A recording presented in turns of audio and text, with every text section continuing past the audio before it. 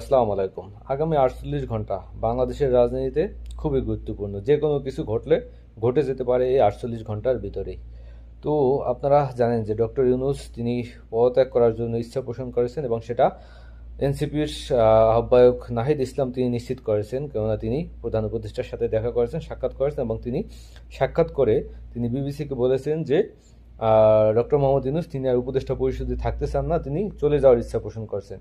কারণ হিসেবে বলা হয়েছে যে ডক্টর ইউনূস আসলে যে কোনো কাজ করার ইচ্ছা পোষণ করলে সে জায়গায় তিনি রাষ্ট্রীয় কোনো সহযোগিতা পান না এবং বিশেষ করে রাজনৈতিক দলগুলো তাকে দেশের কাছে, দেশের মানুষের কাছে এমনভাবে উপস্থাপন করেছেন যে তিনি হয়তো দেশ বিক্রি করে দিতেছেন, এই বুঝি তিনি সবকিছু বাংলাদেশ রাষ্ট্রটাকে বিক্রি করে তার পকেটে টাকা পয়সা ঢুকিয়ে তারপর তিনি চলে যাবেন। এভাবেই ভিলেন সাজানোর যে চেষ্টা, সেটা সব থেকে বেশি করতেছেন রাজনৈতিক দলগুলো এবং গুরুত্বপূর্ণ মিডিয়া।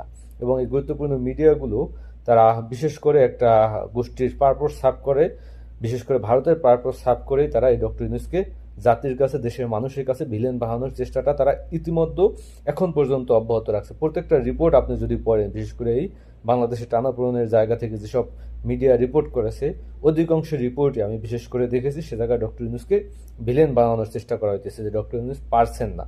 কিন্তু ডক্টর ইউনূস কেন পারছেন না, কোন শক্তির কাছে তিনি হেরে যাচ্ছেন, বা তিনি কোন কিছু করতে গেলে সেখানে রাষ্ট্রীয় গুরুত্বপূর্ণ জায়গা থেকে তাকে বাধা দেওয়া হয়। তো সেই জায়গা থেকে একটা পুতুল সরকার হিসাবে ডক্টর ইউনূস কেন, আপনি যাকেই বসান সে করবে না। তো সেই জায়গা থেকে তিনি ইন্ডিয়ার কে বুড়ো আঙুল দেখিয়ে রাষ্ট্রটাকে দীর্ঘ ৮ মাস যাবৎ রাষ্ট্রের ভিতরের গুরুত্বপূর্ণ জায়গা থেকে সহযোগিতা না পাওয়ার পরও তিনি কিন্তু চালিয়ে আসছেন এবং বাংলাদেশের বিভিন্ন সংকট নিরসনে তিনি গুরুত্বপূর্ণ ভূমিকা পালন করে রাষ্ট্রটাকে একটা জায়গায় নিয়ে যেতে চান এবং সংস্কার প্রস্তাবনাগুলো তিনি বাস্তবায়ন করতে চান। তো সেই জায়গা থেকে এমনভাবে তাকে ভিলেন সাজানো হইতেছে যে ডক্টর ইউনূস আপনার থাকার দরকার নেই, আপনি আসছেন একটা নির্বাচন দিয়ে, আপনি নির্বাচন দিয়ে চলে যান। এই হইল রাজনৈতিক দলগুলো এবং এই রাষ্ট্রের ভিতরের থাকা অদৃশ্য শক্তি, তারা কাজ করে যাইতেছেন।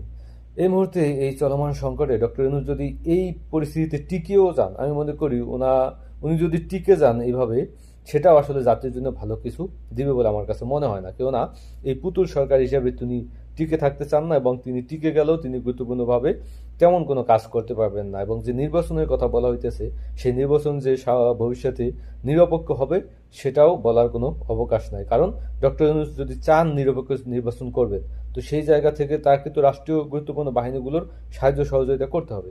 সেই সাহায্য সহযোগিতা তিনি গুরুত্বপূর্ণ বাহিনীর কাছ থেকে পাইতেছেন না এবং সেটা আমরা দেখেছি ইতিমধ্যে বিভিন্ন গুরুত্বপূর্ণ ব্যক্তিবর্গ দায়িত্ব থাকার পরও বা গুরুত্বপূর্ণ অর্গানাইজেশন বাংলাদেশের